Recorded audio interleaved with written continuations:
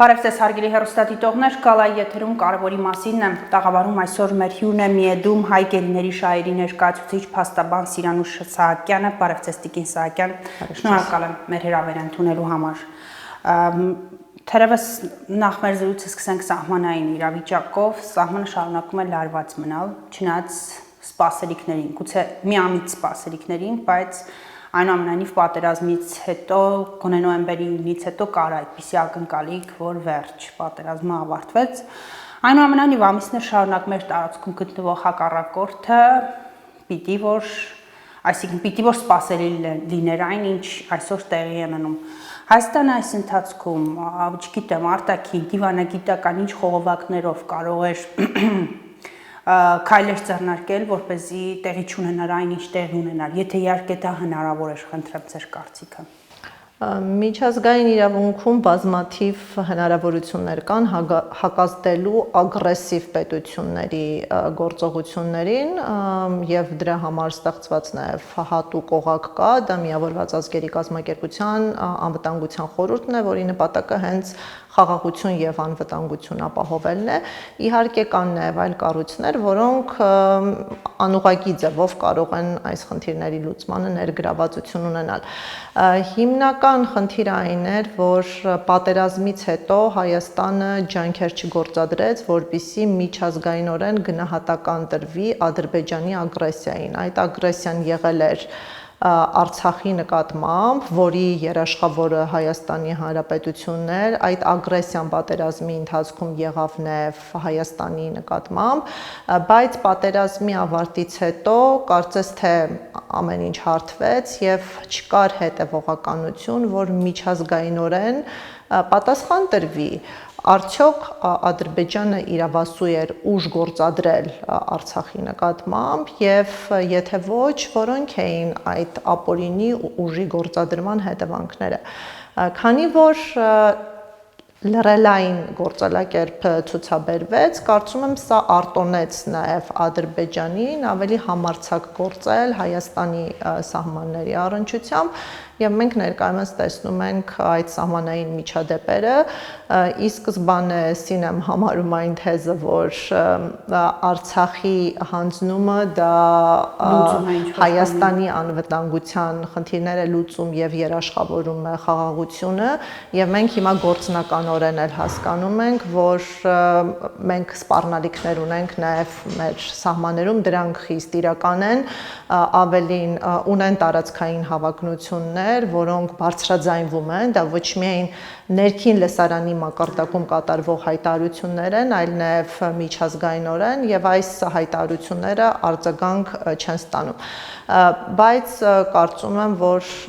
միջազգայինորեն մենք հնարավորություն ունենք այս խնդիրները բարձրաձայնելու, ունեինք նաև դաշնակից պետություններ, օրինակ բազմիցս Ֆրանսիայի նախագահը եւ ներկայացուցիչներ ակնարկեցին, որ այս հարցերում պատրաստ են աջակցել Հայաստանին եւ խնդիրը բարձրաձայնեն, իսկ Ֆրանսիան ՄԱԿ-ի մշտական անդամ է։ Ինչպիսին կլիներ քվեարկությունը, իհարկե որ լիարժեք Սա կասկածելի է։ Այո, իսկապես, որտեվ այնտեղ կա անգլիական գործոնը, այնտեղ կա նաև ռուսական գործոնը, այն որ մենք կունենայինք բարենպաստ, հայանպաստ որոշում իհարկե երաշխավորված չէր, բայց ինքնին խնդրի բարձրաձայնումը եւս կանխող նշանակություն կունենար։ Ինչու ձեր կարծիքով այդ պարագայում նշեցիք, որ պատերազմից հետո էլ տեղի ունեցած այսպես միջազգային հանրության դատին հանձնելու, որպեսզի մենք ստանանք այդ գնահատականը, իրավաքաղաքական, չգիտեմ, Հայաստանը ջանքեր չգործադրեց, ինչու։ Հայաստանը ընտրել է Ադրբեջանի հետ բանակցելու ուղին եւ կարծում է երկկողմ կամ եռակողմ ձևաչափով հնարավորություն ունեն ձեռք բերել խաղաղություն եւ նոր գործընկերների, նոր սուբյեկտների ներգրավվածությունը կբարթացնի իրավիճակը եւ որոշ դեպքերում անվստահություն կսերմանի երկկողմ կամ եռակողմ հարաբերություններում։ Կարծում եմ զսպողը բացառապես քաղաքական հիմնական գործոնն է, չեն ցանկանում վտանգի տակ դնել երկկողմ եւ եռակողմ բանակցությունների ձևաչափ։ Այնուամենայնիվ զրույցի ընթացքում շոշափեցինք այս թեման, բայց նաև ուզում եմ հարցնել, թե արդյոք արդարացված են մեր սպասելիքները միջազգային հանրությունից։ Միջազգային հանրության աչքի առաջ տեղ ունեցավ այն, ինչ տեղ ունեցավ միջազգային կառույցներից։ Ռազմական բազմաթիվ հանցագործություններ, արգելված զենքերի կիրառում, որի մասին բարձրաձայնեցինք, չգիտեմ, մեր զինվորներին բարի ուղիղ իմաստով մաշկեցին տեսախցիկների առաջ, բայց ասենք զրո արձագանք, այսպես ասեմ, չափազանցված են արդյոք մեր սպասելիքները, որ ինչ որ բան, ինչ որ մի տեղ կարող է, չգիտեմ, հաղթել արդարությունը։ Նայեք, կարծում եմ միջազգային հանրությունը ունի իր շահերը եւ այն գործընթացները, որոնք միջազգային հանրության թույլտվությամբ են իրականացվում կամ առնվազն նրանց իմացությամբ հետագայում կոշտ քննադատությունների չեն արժանանում եւ մեծ հաշվով ես կարծում եմ Լեռնային Ղարաբաղի պրո-ադրբեջանական լուծումը ընդունելի եւ համաձայնեցված էր լայն առումով հիմնական գործընկերների համար այստեղ համընկնող շահեր կային թե Ռուսաստանի, թե ԱՄՆ-ի եւ թե այլ կառույցների տեսանկյունից դրա համար չենք ակնկալում, որ այստեղ շրջադարձային որոշումներ կլինեին, բայց մյուս կողմից բազմաթիվ այլ դեպքերով մենք տեսնում ենք, թե միջազգային գործընկերները ինչպիսի լուրջ զինանոց ունեն եւ եթե ցանկանում են մի պետության իշխանություններին պատժել, միջոցները ունեն քաղաքական միջոցներ, երբ հեղինակազրկում են պետությանը եւ նվազեցնում են միջազգային հարաբերություններում քաղաքական դերակատարումը, հարվածում են բիզնեսին, հարվածում են իշխանության ներկայացուցիչների գույքային դրությանը, այնպիսի սահմանափակումներ են կիրառում բնակչության նկատմամբ, որը լուրջ դժգոհություններ է առաջացնում եւ ընդհանուր մինչեւ կարող է իշխանափոխությունների հանգեցնել եւ այլն։ Այսինքն մենք այս առումով տեսնում ենք, որ զինանոցի պակաս միջազգային հանրությունը չունի։ Հիմա ինչու դա ամբողջական ծավալով կամ ճիշտ համամասնությամբ չգործարկվեց այս կոնֆլիկտում, այս իրավիճակի նկատմամբ քաղաքական է։ Բայց այդ քաղաքականության մեջ կարևոր է հասկանալ Հայաստանի ջանքերը եւ արդյոք Հայաստանի իշխանությունները կարողացել են հասկանալ միջազգային հանրության հետաքրքրությունները, պահանջները եւ այնպես աշխատեն, որ երկկողմանի ընդհանրություններ։ Մեծ հաշվով միջազգային քաղաքականության մեջ այդ առևտուրը կա եւ այդ գործիչներն են, լավագույն առևտրականներն են եւ այդ առևտրի մեջ կարելի էր ստանալ եւ տալ պաշտպանելով հայկական շահերը։ Կարողացել են գտնել դրան, կարողացել են հետաքրքրություններ ստեղծել Հայաստանում ճիշտ գործընկերների սպասարկել նրանց շահերը եւ օգտագործել այս գործընկերների ուժը մեր խնդիրները լուծելու համար, սա է հարցը եւ ես կարծում եմ իմ գնահատմամբ ոչ, մենք սխալ քաղաքականություն ենք վարում եւ իրապես մենակ ենք մնացել Ռուսաստանի հետ հարաբերություններում կարծես պրո-արևմտյան կամ պրո-ամերիկյան ենք գործում, Ամերիկայի կամ արևմուտքի հետ հարաբերություններում գործում ենք պրո-ռուսական եւ հավելյալ լարվածություն ենք ստեղծում, մեծացնում ենք այս պետությունների շահերի բախումը մեր երկրում, մեր տարածաշրջանում եւ սկսում ենք ավելի մեծ վնասներ կրել։ Ես կարծում եմ, որ Հայաստանի շահերը ճիշտ գիտակցված չեն, այստեղ լուրջ աշխատանք, հետազոտություններ, ինտելեկտուալ ներուժ չկա եւ երկրորդը բնականաբար չենք կարող կառուցել երկրորդ մակարդակը, որ այդ շահերը գիտակցելով սկսենք ճիշտ դիվանագիտական աշխատանք կատարել գործընկերների հետ։ Տիկին Սահակյան, խոսենք գերիների մասին Բաքվում 15 տարի ազատազրկման դատապարտվեցին Գևորգ Սուջյանը, Դավիթ Դավթյանը, 6 տարվա ազատազրկման դատապարտվեցին Շիրակի մարզից գերեվարված տղաները, ովքեր գերեվարվել են Խծաբերդի հատվածում։ Սա իսկապես դատավճիռ է, թե Մարդու իրավունքների եվրոպական դատարանում աշխատանքի արդյունքում հնարավոր կլինի ինչ-որ բան բեկանել ու տղաներին հետ վերադարձնել։ Իհարկե, աչքի առաջ ունենալով նաև այն հանգամանքը, որ այո, տղաները քաղաքական առևտրի մի մասն են ու դա մենք տեսանք ու դա ապացուցվեց նաև հայտնի տեսանյութով, երբ խոսում էին ականապատված տարածքների քարտեզների հետ փոխանակելու հայտնի զրույցը Թուրքիայի նախագահի հետ։ Նախ չմոռանանք սկզբնաղբյուրը դատավարությունների, ոչ թե եղել են քննություններ, որի արդյունքում բացահայտվել են հանցագործություններ, այլ մի գեղեցիկ օր Ադրբեջանի բարձր քաղաքական ղեկավարությունը հայտարարել է, որ այլևս գերիներ չունեն, նոր գերիներ չեն հաստատում եւ բոլոր նրանք, ովքեր Ադրբեջանում են, նրանք հանցագործներ են։ Հրապարակային հնչեցվել է պատվեր եւ այս պատվերի իրագործման համար գործի է դրվել ողջ իրավապահ համակարգը եւ նրանք եկել են սպասարկելու Ալիևի քաղաքական հայտարարությունը։ Դրա արդյունքում ստեղծվել են շինծ ու քրեական գործեր, ընդ որում այդ շինծ ու գործերի կամայական բնույթը այնքան ակներև է, որ նույնիսկ մասնագիտորեն չեն փորձել իրենց ապահովագրել շատ ռիսկերից, հա, եթե խոսենք Խծաբերդի միջադեպի առնչությամբ, տեսեք, կա մի խումբ, որը հայրենադարձվել է առանց դատարանի առջև կանգնելու։ Կա մի խումբ, որին ընդհանրապես վերագրում են մեկ հոդված, ապօրինի սահման հատել, եւ կա երկրորդ խումբ, որին վերագրում են ոչ միայն ապօրինի սահման հատել, այլ նաեւ ապօրինի զենք զինամթերք պահելը, եւ ստացվում է, որ նույնական կարգավիճակում գտնվող անձինք, որոնք նույնաբնույթ գործողություններ են կատարել, տարբեր ճակատագրերի են արժանանում եւ սա եւս ապացույց է այն բանի, որ այստեղ չկան իրավական գործընթացներ, այստեղ կան քաղաքական գործընթացներ։ Հիմա պետք է հասկանալ այս քաղաքական գործընթացների սպառողը ով է։ Մենք հասկանում ենք, որ Ադրբեջանը այս գործընթացների միջոցով ավելի սպառնալիքներ է ստեղծում հայ ռազմագերիների համար, որպեսզի բարձրացնի նրանց վերադարձի գինը։ Իսկ մենք շատ լավ գիտենք, որ վերադարձը արդեն դարձել է քաղաքական խնդիր եւ դրա դիմաց դրվում են քաղաքական պահանջներ, որպեսզի այդ քաղաքական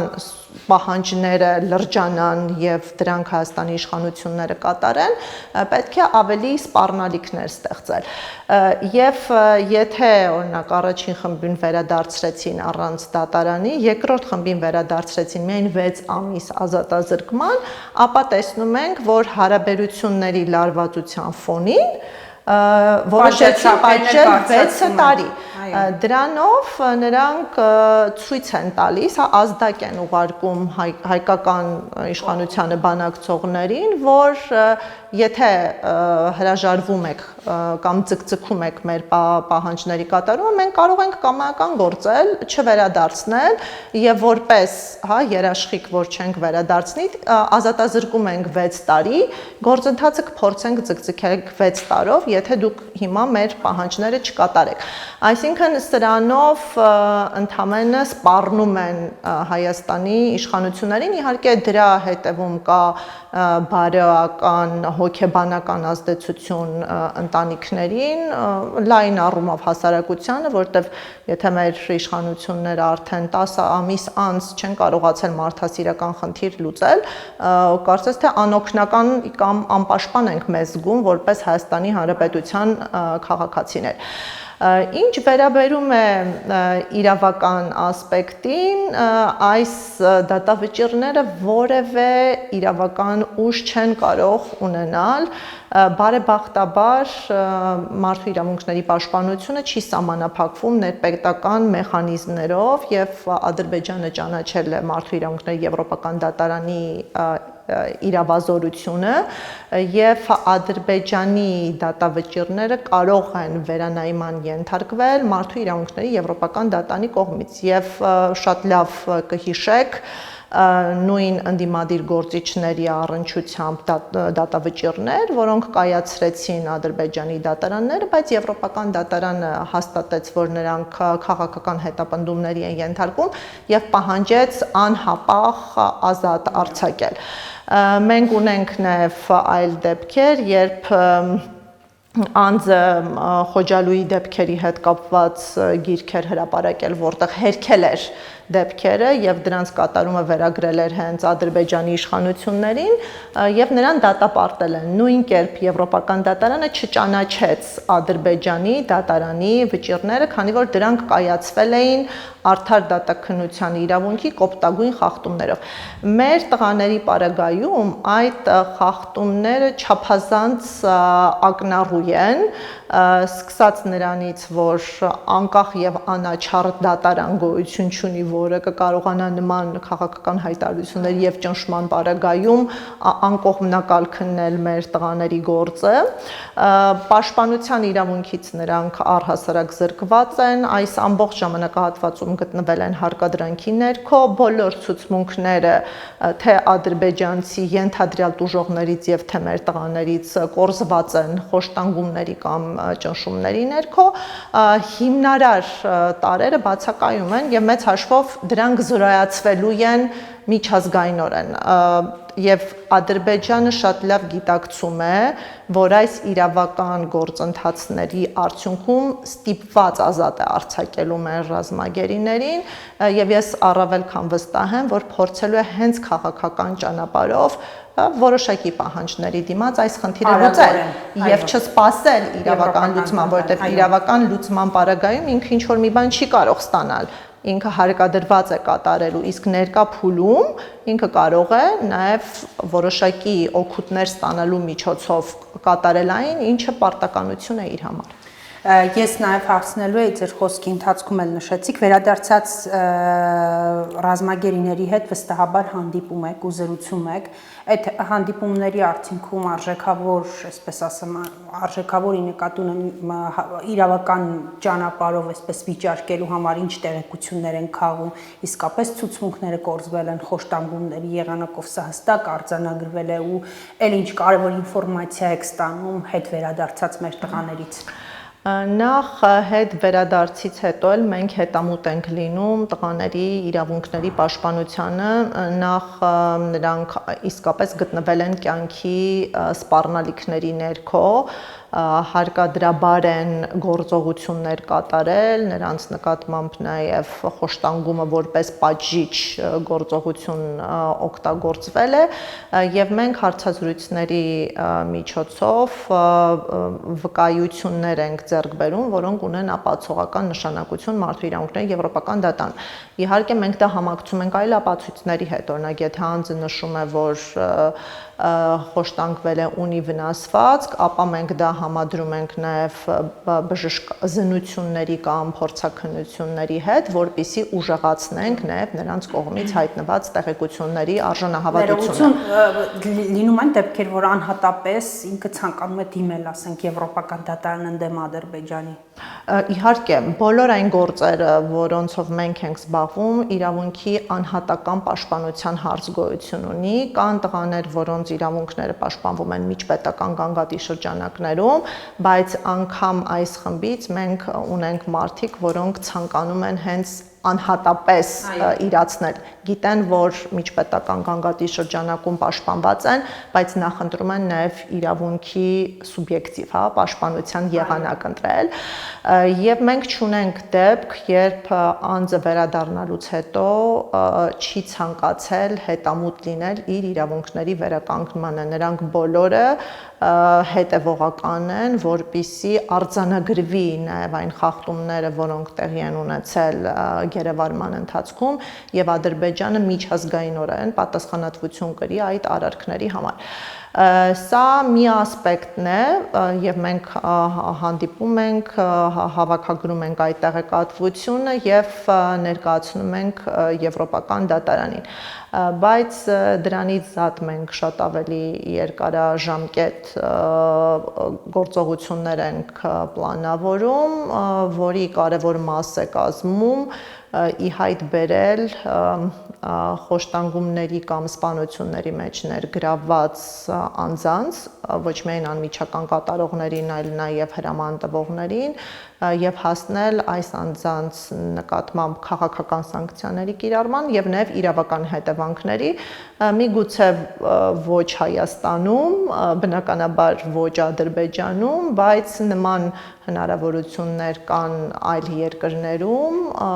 ունիվերսալ, հա, յուրիսդիկցիայի հիման վրա, երբ անկախ հանցագործության կատարման վայրից պետությունները պետք է հետաքննեն, բացահայտեն պատերազմական հանցագործություններ եւ մենք չենք բացառում, որ ապագայում բազմաթիվ ադրբեջանցի զինծառայողներ, հրամանատարական կազմի ներկայացուցիչներ դատարանների առջև են կանգնելու իրենց երկրի սահմաններից դուրս։ Տիկին Սահակյան, կրկին գուցե այդ հանդիպումների ընթացքում եւ առհասարակ ձերս աշխատանքի ընթացքում մենք կարող ենք փաստել, որ Ադրբեջանում կան այո այլ գերիներ, որոնց իրենք չեն հաստատում համառորեն։ Նաեւ հանդիպումները տղաների հետ, եթե իրենք տեսել են, եթե առիթ եղել է շփվելու, գուցե հիմքեր ունենք կարծելու, որ այո այնտեղ գերիներ կան։ Ոչ միայն հիմքեր ունենք, այլ ունենք անհերքելի ապացույցներ, որ Ադրբեջանում գերեվարվել եւ պահվել են ոչ միայն հաստատված այս 45 տղաները, այլ հավելյալ եւս շուրջ 100 տղաներ, որոնց գերեվարումը հաստատված է տեսանյութերով, լուսանկարներով եւ ականատեսների վկայություններով։ Մենք կասկած չունենք, որ նրանք գերեվարվել են, զենքը վայր են դրել եւ գտնվել են ֆիզիկական, հա, հսկողության ներքո ադրբեջանցի զինծառայողների, բայց Ադրբեջանը չի ընդունում նրանց գերեվարման Սա ինչով է պայմանավորում, հաշվի առնելով մեր նախնական զրույցը, որ իրենց ձեռնտու է այո քաղաքական առևտրի բաղկացուցիչ մաս համարել ու պատանդի կարգավիճակով պահել փոխանակելու դիմաց, սակայն թաքցնելը ինչ տրամաբանության մեջ է։ Թվում է անտրամաբանական։ Երկու պատճառ կարող է լինել, առաջինը քաղաքական, քանի որ փետրվարին նրանք հայտարարել էին, որ այլևս գերիներ չկան Ադրբեջանում եւ նոր հաստատումներ չեղան, թերևս չեն ցանկանում այս քաղաքական գիծը փոխել եւ Ալիևի հայտարարությունը կասկածի տակ դնել, բայց որոշակի բեկումների պարագայում միգուցե կլինեն նոր հաստատումներ, բայց արդեն տևական ժամանակ է անցել եւ որևէ բեկում տեղի չի ունենում։ Եվ երկրորդը, որի այս վերսիայի արժանահավատությունը գնալով մեծանում է, որ նախ միտումնավոր սպանվել են, գնդակահարվել են կամ արտակարգ զարգացումներ են տեղի ունեցել, որտեղ նույն այդ դաժան ծեծի կամ խոշտանգումների արդյունքում կարող են անկանխատեսելի զարգացումներ լինեն օրգանիզմը անհատականը եւ մենք չգիտենք թե ինչպես է դիմադրել, ինչպիսի այո զարգացում կունենա յուրաքանչյուրի պարագայում, եղել են արտակարգ զարգացումներ եւ այս անձինք սպանված են, ուստի Ադրբեջանի չհաստատումը պայմանավորված է նրանց ֆիզիկական ոչնչացման եւ Ադրբեջանը չի ցանկանում բնականաբար պատասխանատվություն կրել կյանքի իրավունքի համար։ Ինչու է այս տարբերակի արժանահավատությունը ավելի մեծացել։ Գուցե գտնված մարմինները, որոնք մինչև այսօր բերվում են, գուցե եղել է որ նույնականացվի ու հաստատվի որ գերի է, եթե չեմ սխալվում եղել է նման։ Այո, նախ որտեվ ինչքան ժամանակ անցնում է եւ չի հաստատվում, արդեն հավանականությունն էլ որ ողջ կհաստատեն եւ կտան նվազում է։ Ճիշտ է, նախ այդ հավանականությունն է գործում եւ երկրորդը մենք արդեն իսկ ունենք բացահայտված դեպքեր, երբ գերեվարումը հաստատված է տեսանյութով, բայց ԴՆԹ համընկնում կա։ Եվ սա ցույց է տալիս, որ այն, որ անձինք ապացուցված են եղել եւ տեղյակ է ողջ հանրությունը նրանց գերեվարման մասին ավելի պաշտպանված չեն եղել եւ անգամ այս դրվագներով կատարվել են պատերազմական հանցագործություններ եւ չեն վախեցել հետևանքներից։ Սա է այս երկու փաստերի համադրմամբ մենք կասկածներ ունենք, որ չհաստատման պատճառ կարող է լինել նաև սպանությունները։ Այս դեպքում մենք մեր ներսում, մեր երկրի ներսում իշխանությունների գործելավոճի պարագայում հապաղել ենք արդյոք։ Ի նկատի ունեմ այդ տեսանյութերը արժեքավոր են եղել, շատ դեպքերում իրենք կյանքեր են փրկել։ Երբ որ հաստատվել է ու արագորեն արձագանք եղել է, որ պարզապես հապաղել են։ Կարծում եմ այո, ժամանակի մեջ մենք եւս կորուստներ ենք ունեցել։ Արագ արձագանքումը, բացահայտվածությունը թույլ է տալիս պաշտպանվել, բայց երբ որ դրանք ուշացած են եւ արդեն որոշակի զարգացումներ են տեղի ունեցել, այդ հետևանքները անդառնալի են եւ մենք արձագանքի միջոցով չենք կարողանում իրականությունը վերականգնել։ Կարծում եմ ժամանակային կորուստները եւս կարող են մեզ կյանքեր արժանալ։ Շուտով կլերանա 1 տարին, բայց մենք չգիտենք զոհերի թիվը, անհետ կորածների թիվը, սա պետական գաղտնիք են համարում իշխանությունները։ Սա ինչի մասին է խոսում։ Բնականաբար մահերը, թե քաղաքացիական կյանքում եւ թե առավել եւս զինվորական ծառայության ընթացքում չեն կարող պետական գաղտնիք լինել եւ դրա մասին է վկայում նաեւ այն հանգամանքը, որ պատերազմի օրերին այս տվյալները հրապարակվում էին, ոչ միայն հրապարակվում էր թիվ, այլ նաեւ անվանացանք եւ ընթացող պատերազմում սա կարող էր ավելի լուրջ սպառնալիք լինել մեր պետական անվտանգությանը, քան խաղաղ պայմաններում եւ եթե պետությունը ընթացող պատերազմի ժամանակ այս տեղեկատվությունը չի պահպանել, որը ռազմական առավելություններ կարող էր տալ հակառակորդին, անհեթեթություն է փորձել այդ տվյալները պաշտպանել հետ պատերազմյան ժամանակահատվածում։ Եվ պատճառները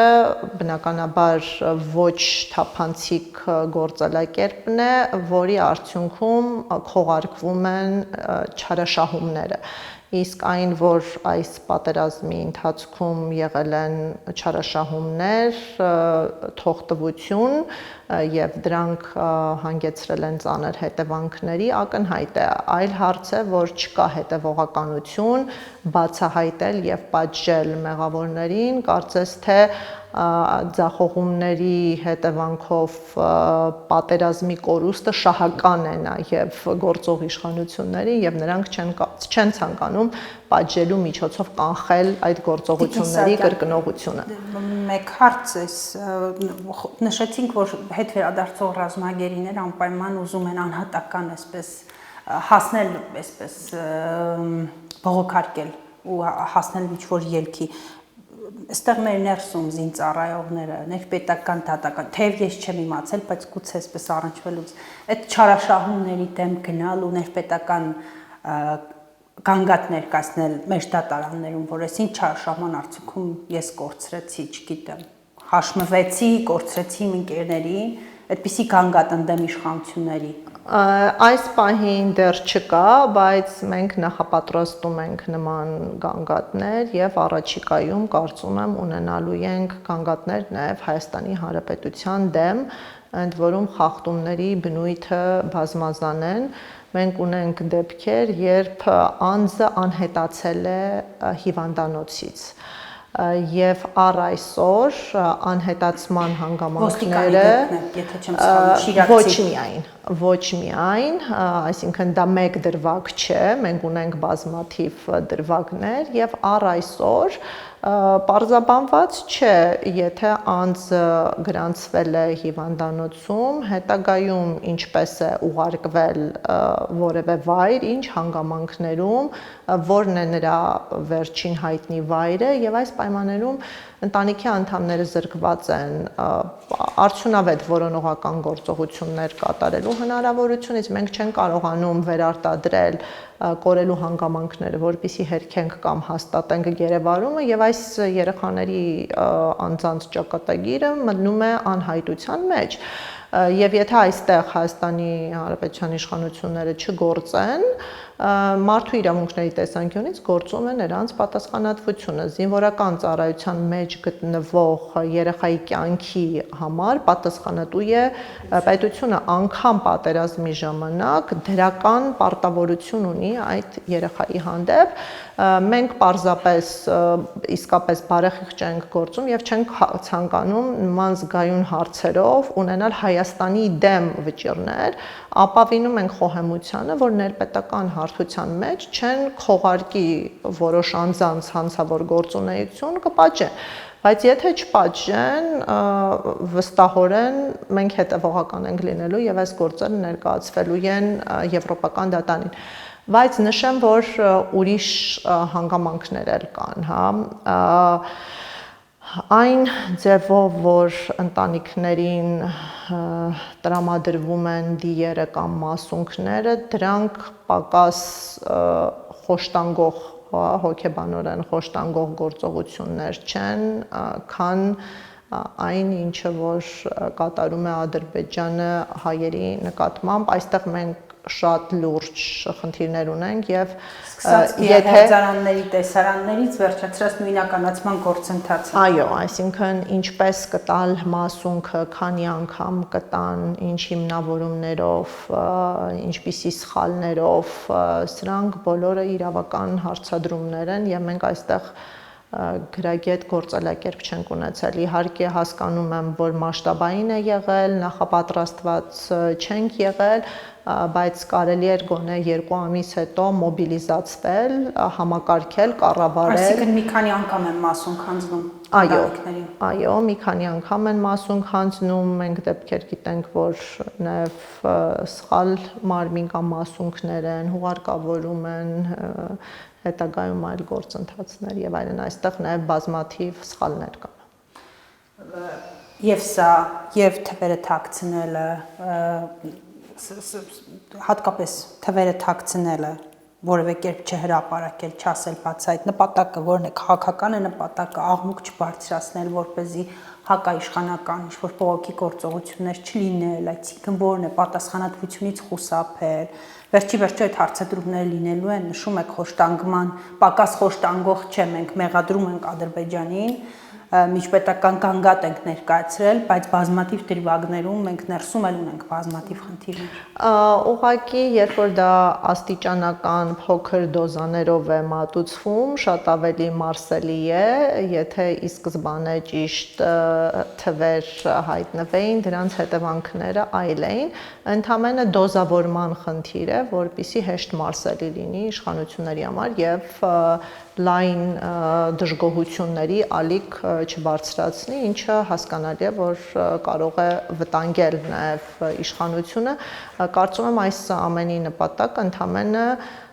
իշխանությունների տեղը, աթոռները, դիրքը երաշխավորելն է, իսկ չեմ կարծում, որ մարդկային ճակատագրերի տեսանկյունից նրանք նույնքան պատասխանատու են։ Շատ կարճ միջպետական գանգատից մեր ակնկալիքը, մեր սպասելիքը որն է լինելու մարդու իրավունքների եվրոպական դատարանից։ Միջպետական գանգատի առարկան բավականին լայն է, ի տարբերություն անհատական գանգատների, որ մենք ունենք կոնկրետ անձինք եւ կոնկրետ խնդիր եւ շատ լայն հարցադրումներ են դրված, սկսած առաջին պատերազմի ընթացքում խախտումներ, մարդկության դեմ ուղղված հանցագործություններ, պատերազմական հանցագործություններ, վերջացած գերիների նկատմամբ վերաբերմունք, չթույլատրվող զինատեսակների օգտագործում, տեղահանումներ, սեփականության իրավունքի խախտումներ, քաղաքացիական բնակչության սպանություններ եւ այլն։ Եվ եթե այս մասշտաբի մեջ հաստատվեն վկայակոչվող խախտումները, դա մեծ գործընթացների կհանգեցնի քաղաքական Ադրբեջանի նկատմամբ, կարձանագրվեն փաստեր, որոնք նշանակություն են ունենալու գործող իշխանությունների համար։ Ես կարծում եմ այս պատերազմի հետևանքով նրանք անգամ ֆիզիկական անձեռմխելիության անվտանգության խնդիրներ ունեն, միգուցե հիմա հովանավորվում են, բայց մենք տեսնում ենք, որ շատ պետությունների ղեկավարներ, որոնք անվախ գործել են տարիներ անց աշխարհաքաղաքական փոփոխություններով ներկայացվել են դատի եւ այս հանցագործությունները չեն մոռացվում, դրանք գրանցվում են, իսկ թե գործընկերները որ փուլում դրանք կօգտագործեն ժամանակը ցույց կտա, բայց ես կարծում եմ, որ նույն Ադրբեջանի իշխանությունները սուր են կախել իրենց գլխին եւ նրանց ընտանիքների անվտանգությունն է ներկայումս եւս վտանգված եւ միջպետական կամ անհատական գործերով վճիրները դրանք ուժեղացնելու են միայն այս վտանգները եւ ինչու ոչ մենք այստեղ նյութական փոխհատուցման հարցեր կարող ենք ունենալ եւ սեփականության իրավունքի կորուստների հարցը ամբողջովին ներառնված է միջպետական գանգատում եւ այստեղ կարելի է հսկացավալ նյութական փոխհատուցումներ պահանջել Ադրբեջանից հասցված վնասների կամ կորցված սեփականության դիմաց։ Շնորհակալություն Տիկին Սահակյան հետաքրքիր ծավալուն զրույցի համար։